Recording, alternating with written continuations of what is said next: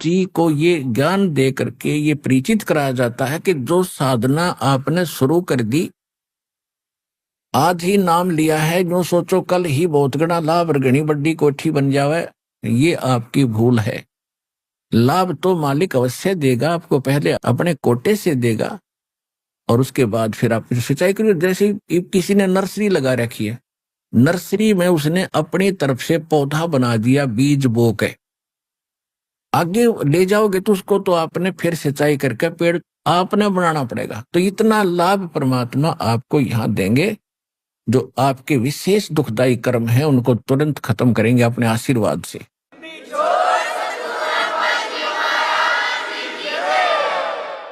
उसके बाद फिर आपको ज्ञान से दृढ़ किया जाएगा कि भक्ति करें, बात पड़ेगी। केवल बार बार इस आशीर्वाद से ही पर आश्रित नहीं रहना होगा। आशीर्वाद अपना साथ काम करता रहेगा, ये भी आपके साथ विशेष सहयोग देगा, लेकिन भक्ति आपने करनी पड़ेगी, मर्यादा में रहना पड़ेगा, तभी आपको पूर्ण लाभ इस मनुष्य जीवन का प्राप्त होगा। इस सारे ज्ञान की इतनी सी बात है। अब जो प्रसंग चल रहा है, अब कोई ये वृद्ध अवस्था में आते हैं, क्योंकि वो ज्ञान नहीं सुना था आज तक हमने, और कोई प्रेरित हुए हैं तो गलत नकली गुरुओं के पास जाकर अपना जीवन व्यर्थ कर दिया। कुछ एक ऐसे भी हैं, जैसे गांव में दास ने खूब देखा है, गांव में 99% व्यक्ति ऐसे हैं जो कति भगवान को नहीं चाहते, क्योंकि ज्ञान से किसी वस्तु की चाह होती है। जैसे गांव में पहले भी बच्चों को पढ़ाना नहीं चाहते थे, कोई शिक्षा नहीं चाहता था, हमने वो भी टाइम देखा है। हमारे जो बूढ़े दादे होते थे वो कहते थे इसने तो पाली भेज दे, पशुओं का रुखाला भेज, क्या होगा पढ़ाई की, क्या लेगा पढ़ाई करके। किसी को कहते थे इसको ऐसे कर दो, क्या लेगा पढ़ाई करके, तो उनको ज्ञान ही नहीं था। अब हमने इस शिक्षा का ज्ञान हुआ, तब देख लो सब ने बच्चों को कति स्पेशल डाइवर्ट कर दिया उनका दिमाग ना, बच्चे पढ़ाओ, बेटा हो चाहे बेटी। अब उसका ज्ञान हुआ कि इससे क्या लाभ होता है, तो हमने कति समर्पित हो गए, पूरा तन मन धन से बच्चों को पढ़ा रहे। इसी प्रकार जो अब तक ये धारणा बनी हुई थी कि क्या रखा भक्ति में, अपना करो और खाओ, धंधा करो, धंधा करो खाओ, ये तो जरूरी है, मजबूरी है, ये तो आपकी एक जरूरी काम है, ये भी करना पड़ेगा। जब इसका ज्ञान होगा कि इससे क्या लाभ होते, तो हम इसमें पीछे नहीं रहेंगे। हम बगैर ज्ञान के पीछे रह गए, जिसका प्रतिफल आज भोग रहे हैं। घर घर में कैर हो रहा है, घर घर में दुख हो रहे, खेचा तानी लड़ाई, काल तो यही चाहता है, घर घर में दूत भेज रखे, भूत भेज रखे, ये सब की ऐसे चक्कर बांध रखा है। और जहां परमात्मा की भक्ति प्रारंभ हो जाती है, ये भाग जाते हैं, वहां से बहुत दूर भाग जाते हैं। हम अपनी गलती से इनको बुला लेते हैं, अपना नियम तोड़कर, नहीं तो ये वहां रह नहीं सकते जहां भगवान की भक्ति शुरू होगी। बहुत से ऐसे शिकायत करते हैं, कोई भगत करता है, कोई बहन करती है कि हमने दीक्षा ली है और हमारे जो दूसरे चाचे ताऊओं के परिवार हैं वो कहीं किसी जंतर मंतर वाले के पास जाते हैं। अब उन्होंने देखा कि इनको तो कोई आपत्ति हो नहीं रही, जब तो साज ली आपत्ति थी, उनके भी भूत कूदे थे, उनके भी कूदे थे, हमारे भक्तों के वो भूत भाग गए, वो फिर सारे एक जगह इकट्ठे हो गए उन्हीं के। तो उन्होंने बताया कि जो तुम्हारा कोई व्यक्ति लेकर आया नाम वहां से सतलोक आश्रम में आकर के, उस कारण से भूत तुम्हारे घर आ गए, उसने तुम्हारे घर भेज दिए। उसने नहीं भेजे, उसने तो ऑल आउट लगा दी। या सच्चे भक्ति की ऑल आउट लगा दी जाती है तो मच्छर उस स्थान को छोड़कर दूसरे घर जाएंगे जहां ऑल आउट नहीं होगी। जिसने मच्छरदानी लगा ली, मच्छर उसको नहीं काटेंगे, उसको काटेंगे जो बगैर मच्छरदानी का होगा। तो यह सत्य भक्ति जो दास आपको बता रहे भगवान की बताई हुई है। सतगुरु जो चाहे सो कर ही, 14 कोट दूत जम डर ही, ऊत भूत जम त्रास निवारे है, चित्रगुप्त के कागज पाड़े है। ऐसे समस्त की शरण आपको मिल रही है कि ऊत भूत किसी प्रकार की कोई आपत्ति, कोई पितर, कोई किसी प्रकार का कोई भैरव भूत बेताल क्यों ना हो, इस मालिक की शरण में आने के बाद भक्ति करने से वो निकट नहीं रहेगा, उसके बस की बात नहीं।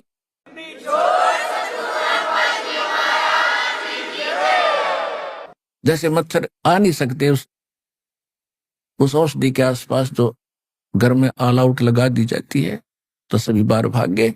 तो इस प्रकार वो दूसरे फिर दुखी रहेंगे। तो सभी ने जब ऑल आउट लगा ली तो इन भूत प्रेत पितरों का भी उद्धार होगा, क्योंकि ये भी भगवान की आत्माएं हैं। ये कोई अलग थोड़े, ये पहले मनुष्य थे।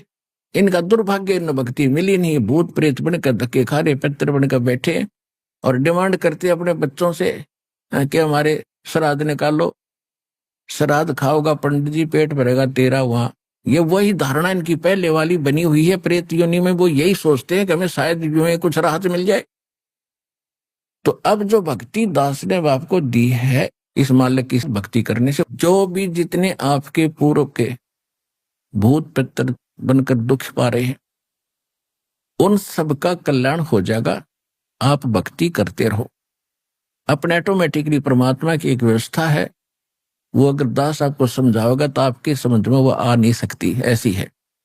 आप विचलित हो जाओगे तो अपने आप इनकी छुट्टी होती चली जाएगी, क्योंकि आपको ऐसी भक्ति, ऐसा धर्म कर्म दिखा दिया। और आने वाले 101 पीढ़ी आपकी वो भी पार होगी।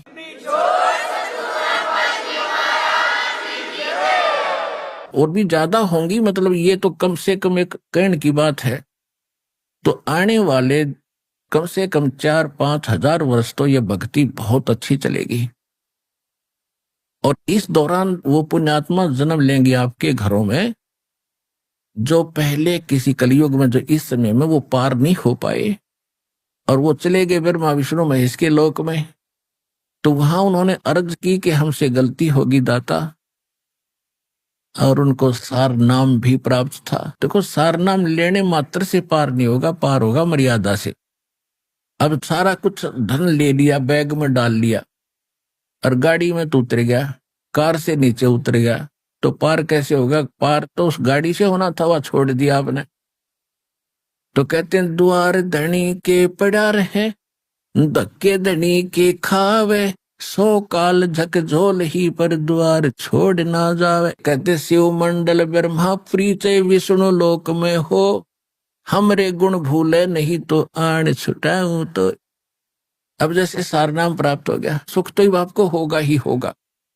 अगर आप सत्संग नहीं सुनोगे, ज्ञान नहीं सुनते रहोगे, तो या फिर से आपके ऊपर अज्ञान की परत चढ़ जाएगी, सुख गणे देगा यू भगवान। इन मंत्रों से ऑटोमेटिक सुख होते, और फिर आप भूल जाओगे सब कुछ सुख है, सुख है, सुख है, बस सुख है तो सुख है।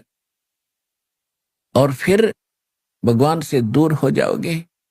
दूर होगे तो रहेगी यहीं पर। फिर मृत्यु के उपरांत आप कहाँ जाओगे? आपको देवता बना दिया जाएगा, क्योंकि यहाँ पर सभी देवों के मंत्र दिए जाते हैं, इनकी कमाई बनती है।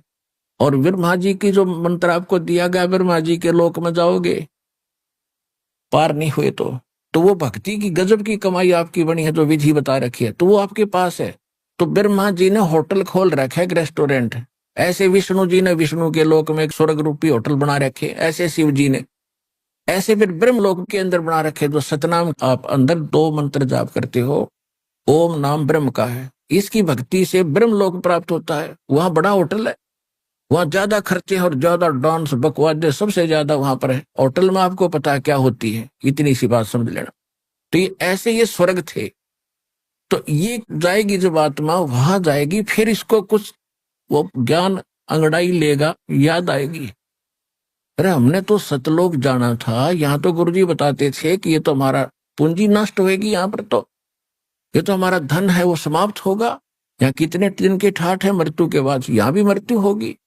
तो कहते वहां जाकर जब, हे भोली आत्मा मूर्ख, तुझे वहां भी तूने मुझे पुकार लिया, और मेरे इन गुणों को तू याद रखेगा कि ये तो यहाँ नहीं आना चाहिए था, मैंने गलती कर दी, हृदय से रोएगा, तो वहां से भी तुझे छुटा लाऊंगा। अब जैसे तीनों मंत्र प्राप्त हो गए। अब ऐसा है कि मान ले कोई गलती से रह गया तो मनुष्य जीवन होगा उसका, और फिर भक्ति तैयार मिल लगेगी। लेकिन दिक्कत तो है ही, मनवाने नाइजीरिया में पैदा हो गया जाकर, फिर वहां संस्कार है, कोई इंग्लैंड में हो गया, फिर वहां कैसे समझावांगे? ना भाषा जानते, ना वो इस ज्ञान से परिचित, ना भगवान से परिचित। तो ये समस्या अपनी बढ़ाने से आपको हानि होगी। इस ज्ञान से आपको सतर्क किया जाता है, इन फाउल पॉइंट से बचना, इन गलतियों से सतर्क होना। तो जैसे ये कलयुग तो चलेगा, ये भक्ति चलेगी 4-5 हजार वर्ष तक, और फिर पूरे विश्व में शांति होगी, वातावरण बड़ा शुद्ध होगा, ये सब हाहाकार मिट जाएगी, और प्यार से रहा करेंगे भक्ति, और घर घर हवन हुआ करेंगे, इससे प्रदूषण भी ठीक हो जाएगा पृथ्वी का, वायुमंडल का। तो फिर से बाहर से आएगी। दास ने सीडी वगैरह बना रखी है, जब तक ये विज्ञान चलेगी तब तक ये भक्ति मार्ग चलती रहेगी, इससे दीक्षा होती रहेगी। उसके बाद फिर क्या होगा कि लास्ट में ये रह जाते हैं, गफलत कर जाते हैं, सुख गणा हो जाता है, तो उनको फिर भक्ति युक्त रहा नहीं। परमात्मा कहते हैं शिव मंडल ब्रह्मापुरी जय विष्णु लोक में हो, और हमरे गुण भूला नहीं तो आण छुटाऊं तो फिर वो आत्माएं, क्योंकि आगे चल के तो अरबों की संख्या में भक्त होंगे लास्ट में, और भक्ति युग समाप्त हो जाएगा, और उनमें गलती छावेगी, वो रह जाएंगे। तो वहां जाके भी याद कर लिया मालिक को, तो वहां से भी छुड़वा लाएगा भगवान जाकर के, छोड़ो ये हमारा भक्त है, गलती से आ गया, तो वो अब दोबारा उनको जन्म नहीं देगा दाता। उनको क्या करते हैं, एक परमात्मा का मिनी सतलोक है यहाँ एक ब्रह्मांड में, इस काल के लोक में। तो जिस ब्रह्मांड के अंदर सृष्टि रहती है उसी में परमात्मा अपना, जैसे प्रत्येक देश में राजदूत भवन होता है, तो उनको वहां बीज रूप में इकट्ठा कर देते हैं। यदि वो स्वर्ग में रहते हैं तो उनकी पूंजी खत्म होती है, यदि वो किसी पृथ्वी पाकर राजा बनते हैं तो उनकी पूंजी खत्म होती है भक्ति। तो भगवान ने वहां एक ऐसी व्यवस्था कर रखी है कि उनको ऐसी व्यवस्था में रखते हैं, तो वहां दर रखे आपके बीज बोरी की बोरी भर के दाता ना, उनकी जो पिछले कलयुग में रह गए थे, और पुण्य आत्माएं हैं, उनको पूंजी उनकी खर्च होने नहीं दी, उनको अब आपके घरों में बेटा और बेटी के रूप में भेजेगा। उनके पुण्य तो जो के तो हैं वह, और आते उनको भक्ति मिलेगी, क्योंकि इसे शुभ संस्कारी बिना ये भक्ति मिल ही नहीं सकती। जो ये मार्ग मिलना कोई बालकों का खेल नहीं है। गरीबदास साहिब जी ने बताया है कि लख बर सूरा जूझ ही, लख बर सावत दे, और लख बर यति जहान में तब के सतगुरु शरणा दे। तो ऐसे पुण्यकर्मी प्राणी हो जो आप यहां पहुंच रहे हो, और उस समय 600 वर्ष पहले 64 लाख परमात्मा एक्सेस हो गए थे ऐसे, और वो 64 लाख को मालिक चार्ज कर गया था। जैसे दास ने सत्संग के प्रारंभ में बताया था कि वो 64 लाख वैसे ज्ञान से नहीं बने थे, वो तो केवल दुख निवारण होने से डरते परमात्मा के साथ लगे हुए थे, और कुछ दिनों के बाद सुख हो ही जाता है। ये तो एक मालिक का नियम है। अब जैसे कोई एसी कमरे में बैठ गया, एसी लग रहा है वहां, तो वहां तो भूल गया गर्मी है ही नहीं, और उससे बाहर निकल कर देखेगा तो वह न्यू की न्यू आग बरस रही है जून की। तो इस प्रकार जब हम सुखी हो जाते हैं तो हम भूल जाते हैं भगवान को, और जब भगवान की शरण हट जाएगी, जब पता चलेगा उसको वह गर्मी तो न्यू की न्यू थी, वो तो मालिक की कृपा से सुख हुआ था। तो यहाँ परमात्मा हमें याद दिलाते हैं कि वो जो 64 लाख तो पहले आएंगे जो पहले भगवान के भगत बने थे, और वो भगत थे केवल समाधान से, ज्ञान नहीं था। ज्ञान तो सुनते ही नहीं थे, क्योंकि ज्ञानी तमुन न माने थे आचार्य और शंकराचार्यों को, क्योंकि वो संस्कार जानते थे। लेकिन परमात्मा की लीला, परमात्मा की क्रिया को जीव नहीं समझ सकता। तो उस समय एक धानक रूप में रह के ऐसा कमाल किया, मुर्दे तक जीवित किए, गाय काट दी थी। सिकंदर लोदी ने गर्भवती गाय को काट दिया था और कहा था यदि तू भगवान है, अल्लाह है, तो इसको जीवित करके दिखा।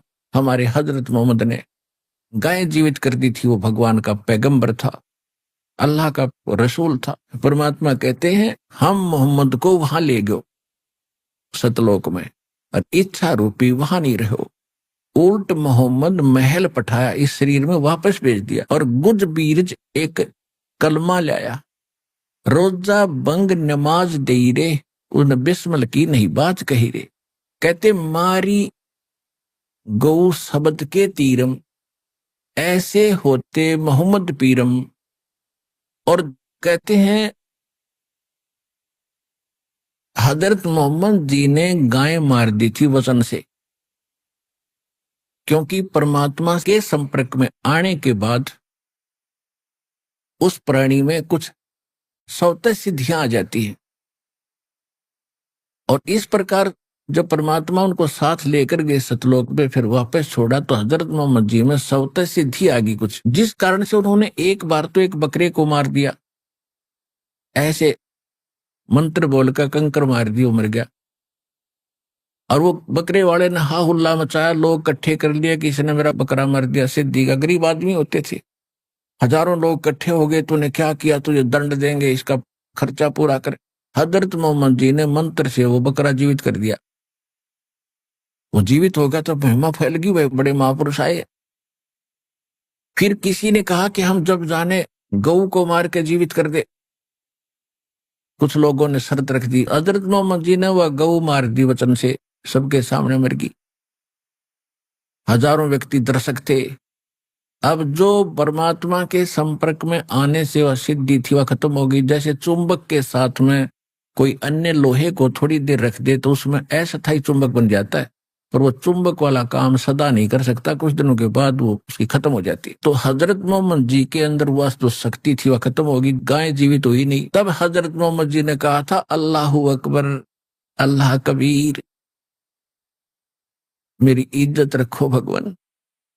कहते हैं जब हम मोहम्मद याद किया रे, हमारे को मोहम्मद याद किया रे, शब्द स्वरूपी हम बेग गया रे, और मुई गऊ हमने तुरंत जवाई, तब मोहम्मद के निश्चय आई। तुम कबीर अल्लाह दरवेशा, तब मोहम्मद का गया अंदेशा। परमात्मा कहते हैं जब उस पर गौ जीवित नहीं हुई और अंदर जाके अपना स्थान जो बना रखा था पूजा पाठ का, उड़ चिल्लाया, रोया, अर्ज करी मेरी इज्जत रखो अल्लाह अकबर, हे अल्लाह कबीर। तो उस दिन के बाद ये अल्लाह कबीर कहने लगे, अल्लाह अकबर कहने लगे। तो कहते वो भी हमने जीवित करी थी, हम शब्द स्वरूपी गए थे, केवल मोहम्मद जी को दिखाई दे रहे थे और को मैं तीख नहीं रहा था। और वो गाय भी मैंने जीवित की थी, भ्रम यही हुआ था कि मोहम्मद जी ने जीवित कर दी। तो सिकंदर लोदी ने कहा था तू बातें बहुत बनाता है, इसको जीवित करके दिखा। ऐसे ही परमात्मा दूसरे मुसलमानों को कहा करते थे कि वो गाय भी हमने जीवित की थी, इसलिए वो गाय काटी गई थी कि अब जीवित करके दिखा हमारे सामने। 4 टुकड़े हो गए थे, गौ माता के गर्भ में बच्चा था वो भी कट गया था।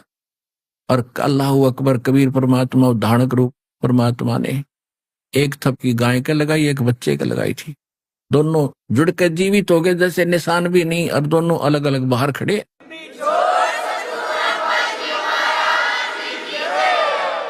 ला के बाल्टी ठोक दी दूध की, कहने लगे पियो गऊ अपनी अम्मा है, इस पर छुरी ना बहा, गरीबदास की दूध को सभी आत्म खा।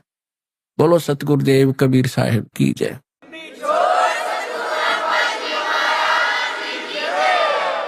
तो कहने का भाव ये है कि परमात्मा ने ऐसे ऐसे चमत्कार भी दिखाए थे,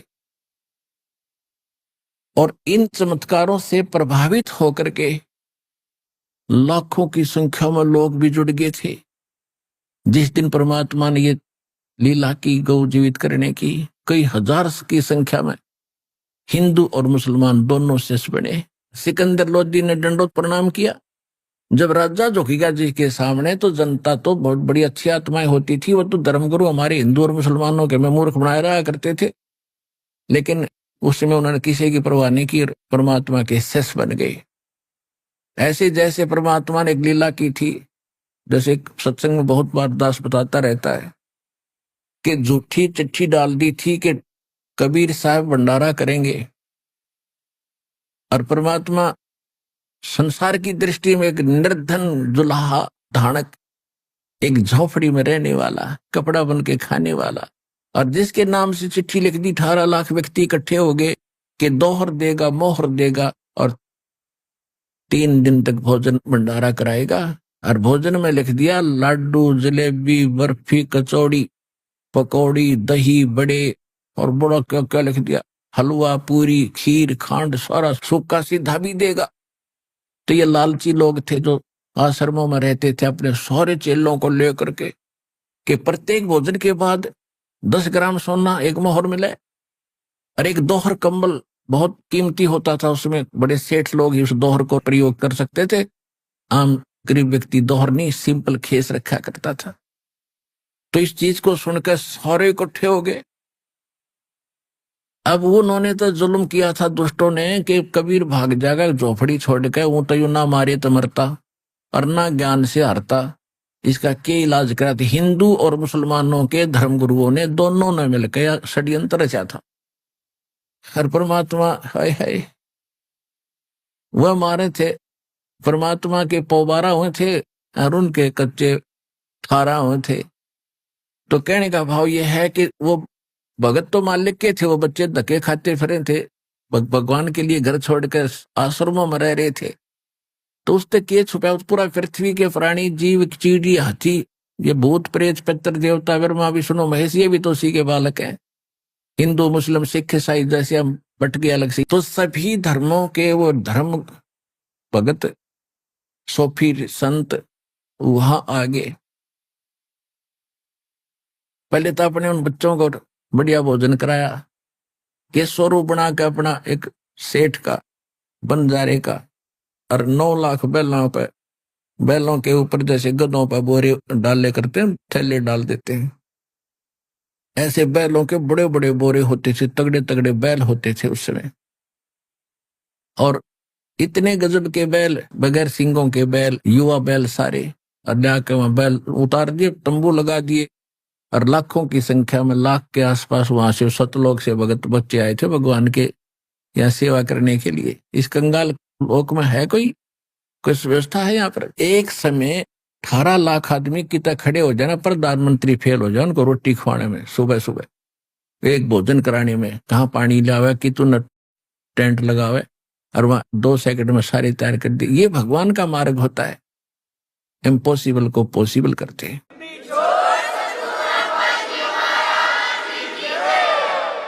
तो कहने का भाव ये है कि उन्होंने तो जुल्म किया था, कबीर भाग जाएगा, और परमात्मा चाहो थे काट दे उन मूर्खा ने, अरे ज्ञान तो दे दूंगा, अपना भोजन तो कराना है मैंने, अपने बच्चों को और बढ़िया कराऊंगा। वहां भी तो वही दे रहा सबको, तीनों लोकों में प्रवेश करके सबका धारण पोषण जो करता, गीता अध्याय नंबर 15 के श्लोक नंबर 17 में बताया है, वो है असली भगवान। तो वो परमात्मा घर भी वही दे रहा है, इस आश्रम में भी वही आपको खिला रहा है, उन आश्रमों में भी उनको वही दे रहा था। यहाँ आगे तो बढ़िया अपने बच्चों को वहां पर हलवा खीर पूरी लाडू जलेबी सब कुछ खिला रहे हैं, और दौर मोर और देजी बेच बेच के और कुछ दिन सुख कर सांस ले लेंगे। ये मूर्ख भक्ति तो इनके पास है नहीं, फिर भी प्रेरणा परमात्मा के लिए भटक रहे हैं। तो वही भक्त वो परमात्मा के बच्चे 18 लाख इकट्ठे होकर, और 8 पैर यानी 24 घंटे परमात्मा ने खड़ा होकर लेक्चर दिए। 2 डुप्लीकेट रोल, एक केशव रूप में, एक कबीर धानक रूप में। केशव प्रश्न करता है कि हे कबीर जी, इसे गंदे लोक में आप क्यों आ गए? आप इनका हित चाहते हो, ये आपकी दुर्गति करें, छोड़ो इस गंदे लोक न, चलो अपने लोक में। ये लोग मानन के नहीं है, विष्टा जिनके उदर में ये मगन फरे दिन रात, गरीबदास के सो के जमसर जिनकी घात। तो कबीर साहब कहते हैं कि केशव तू नहीं जानता मेरे दर्द को, इनने भांग पी रखी है, और नशा किया हुआ बालक अपने पिता पर भी हाथ उठा देता है, और जब उसका नशा उतर जाता है वो नेक आत्मा अक्षमा याचना करते हैं। तो इन कई नशा हो रहा भाई, इस नशे न तारने आया हूं मैं, जब इनका नशा उतर जाएगा फिर देखिए मेरी कैसी रिस्पेक्ट करेंगे। तो 24 घंटे तक परमात्मा प्रवचन कर रहे थे। अब वो खाना खाओ फिर आ बैठे, खाना खाओ फिर आ बैठे, क्यों अच्छी लगे ज्ञान। कहते हैं कई लाख ने, 15-16 लाख व्यक्तियों ने उस दिन परमात्मा की शरण दी। बच्चे जो भटकते फिर रहे थे उनको चार्ज कर दिया, वो मंत्र दे दिया, अब जाओ, हर सारी उम्र का धन दे दिया। उस दिन अच्छा रोटी खाई होंगी उनने, मोर लेने के मारा ने और दौर लेने के मारा ने, तो वो भी दे दिया धन। अगले तुम आश्रमों में मरो हो, वहां भी यो नाम ये जप लियो और यो धन दे दिया, मांग का मत खाइयो।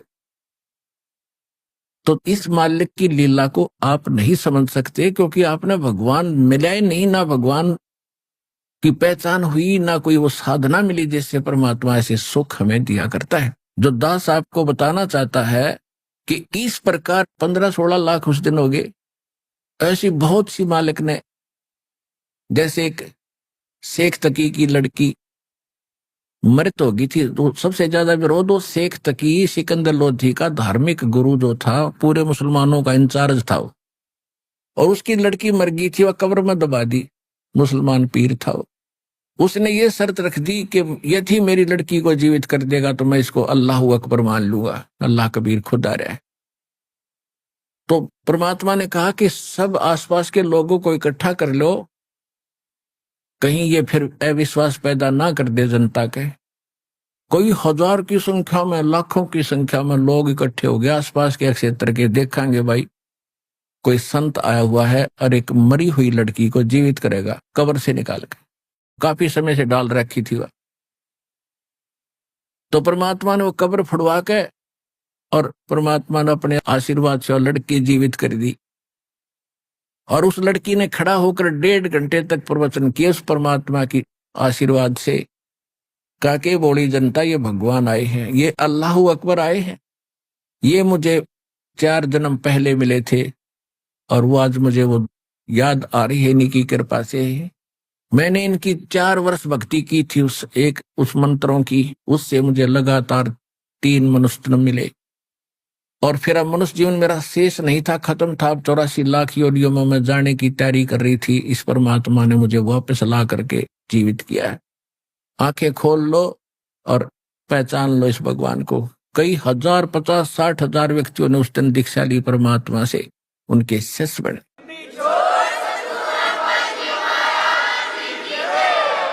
तो जो दास आज आपका बताना चाह रहा था, अब उसके आसपास पहुंचा हूं। एक तो परमात्मा की लीला से आप परिचित हो जाओगे जब आपको खूब समझ में आएगा कि सचमुच ये तो भगवान है। कहते जो जन मेरी शरण है, ताका हूं मैं दास, और गेल गेल लाग्या फिरूं जब तक धरती आकाश। अब देखो, जो परमात्मा के लिए तड़फ रहे हैं वो बच्चे तो उसी के हैं। आज भी जो पुण्यात्मा भक्ति चाह रहे हैं और गलत संतों का फंस गए या अपनी को परंपरागत साधना करके संतुष्ट हैं, ये हैं तो नेक आत्माएं। लेकिन दिशा ना मिलने से ये अगले जन्म में या तड़फ भी खत्म हो जाएगी, कोई पशु बनेगा, कोई पक्षी बनेगा। और इस जीवन में भी अंत में भक्ति नहीं रहेगी इनके पास, न चाह रहेगी भगवान की, क्योंकि इतने दुख इनको विचलित कर देंगे। तो ऐसे समय में आपको परमात्मा ने फिर से संभाला है।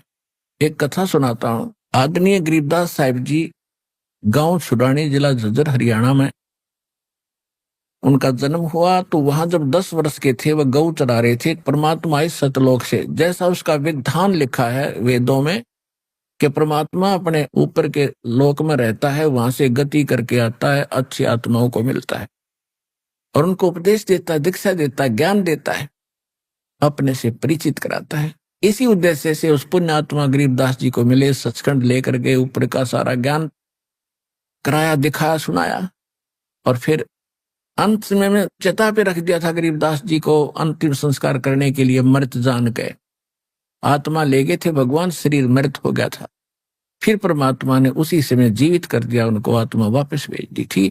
उस गरीबदास साहिब ने फिर परमात्मा की महिमा कलम तोड़ गाई और उनके अंदर बहुत सी सिद्धियां भी मालिक की कृपा से आ गई थी। एक समय एक बेरी गांव है, जिला झज्जर में, एक बेरी नगर, छोटा सा कस्बा सा हो गया, पहले गांव था। वहां का एक हरलाल नाम का किसान जाट पहले क्या करते थे कि दूसरी मंडियों से, दूसरी मंडी में बैलगाड़ियों से सामान लाया करते थे। और जैसे आजकल ट्रांसपोर्ट करते हैं ट्रकों से, यहाँ किसी चीज का अभाव है तो दूसरी राज्य से लाकर ट्रकों से यहाँ व्यापारी लोग बेचते हैं। तो वो ट्रांसपोर्ट का काम पहले बैलगाड़ियों से होता था। तो सेठ लोग उन बैलगाड़ी वालों से अपना सामान मंगाया करते थे। तो वहां एक नजफगढ़ है दिल्ली में, नजफगढ़ की मंडी से सामान लेकर के वो अपने यहाँ आता था, रोहतक में, बेरी में। अब क्या था कि वो एक धार्मिक व्यक्ति था, हरलाल नाम था उनका। धार्मिक व्यक्ति, पहले हमने ये सोच रखा था कि साधु संतों की सेवा करते रहेंगे, हमने इससे लाभ मिल जाएगा। इस धारणा से उसने एक साधु को अपने घर रख लिया कि महाराज आपको भोजन चाहिए, हमारी सेवा बन जाएगी, आप यहाँ भजन कर लिया करो। उसके लिए अलग चौबारा बनवा दिया। वो महात्मा लाल कपड़ों वाला उसमें अपना बैठे भक्ति करे, तो वो पूरा परिवार उसकी सेवा करे, अपना टाइम पास करे। तो उसने सोच लिया था कि इसी से हमारा कल्याण हो जाएगा। कुछ दिनों के बाद वो बाबा जी मर गया, संत। और वो मूर्ख क्या करता था, क्योंकि जहां भक्ति नहीं वहां रुचि बनेगी ही नहीं, जहां ज्ञान नहीं सच्ची भक्ति नहीं। और वो क्या करता था, बढ़िया सामान खावा था और कुआड़ बंद करके सो जावा था। और जब होता भाई खाने का समय हो गया, जब आसन पदम लगा कर बैठ जाए बोरी पे, और आने वाले घर वाले देखे महात्मा बड़ा भजन करता, कमाल कर रखा है इसने, तो और ज्यादा सेवा करते थे। वो मृत्यु को प्राप्त हो गया तो क्या हुआ, चलो ठीक है, तो अंतिम संस्कार करा उसको, तो हुई बात खत्म। अब कुछ दिनों के बाद क्या था कि हरलाल किसान ने एक बैल खरीदा, और वो बैल था गोरे कलर का। और वो ऐसा नालायक था, थोड़ी सी दूर चले था फिर बैठ जाता गाड़ी में, चले नहीं थी। फिर उसका लठ डंडे मार के फिर उठावा था, फिर थोड़ी बहुत देर चला था फिर बैठ जाता। एक आधा नालायक बैल ऐसा भी होता है। इसी प्रकार वो उससे अपना काम चला रहा था, और कोई बैल लेने की हिम्मत थी नहीं, उसी से मार पीट के घसीट रहा था काम को। गरीबदास जी सुबह सुबह स्नान